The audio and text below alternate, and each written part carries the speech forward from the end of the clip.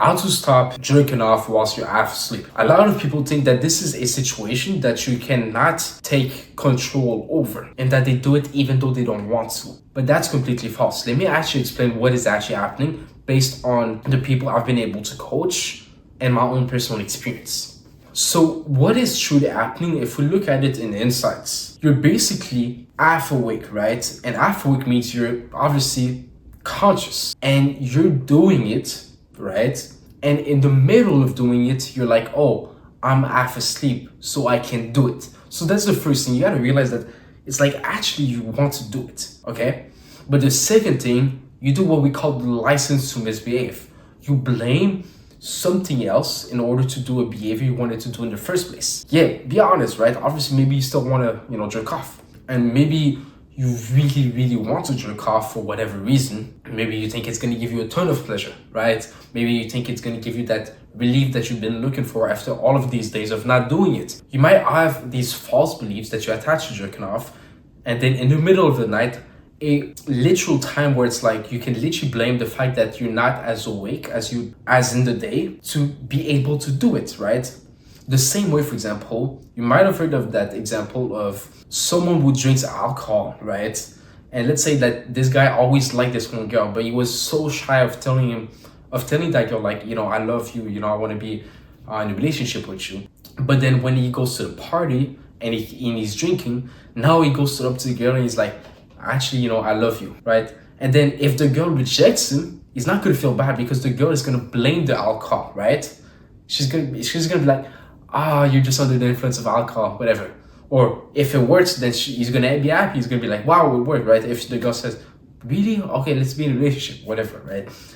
But the point is, that guy used the fact that he was under the influence of alcohol in order to do what he wanted to do in the first place. Same exact thing is happening here. So all of this is just a question of like the value that you give to jerking off and you creating a false excuse in order to remove the responsibility to get whatever benefit you're trying to get from jerking off.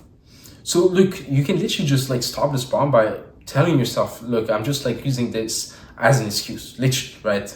That's what I did. That's what many other people did. Because really think about it. If you had no control over it, imagine that you do this every day when you're home, right, in your bed. But then one day you go to a friend's house. Would you just end up doing it in the middle of the night? And let's say you guys are all sleeping in the same bedroom on different beds? Obviously not, right? So it's not like you have no control over it. And for people that are like, oh, but I need to get a release because if I don't, then whatever, right? Because if I don't, then I'm gonna explode basically. Well, first, your body literally reabsorbs the semen that is not expelled. So that means that it is constantly doing it. It is a natural self-cleansing mechanism that you have within you. Second thing, you have what we call natural emissions, which are basically wet dreams, or they don't have to be dreams where you literally expel that semen during your sleep. So it's not like you have to worry about that. And to add on top of that, to give you more value, your desire to jerk off, right? It's just a desire to jerk off that is based on the value you see in it, not on biology. You have a real desire to be with the opposite sex, which is based on biology. And that desire, if you want to use it to your advantage, can definitely be something that is positive for you, obviously.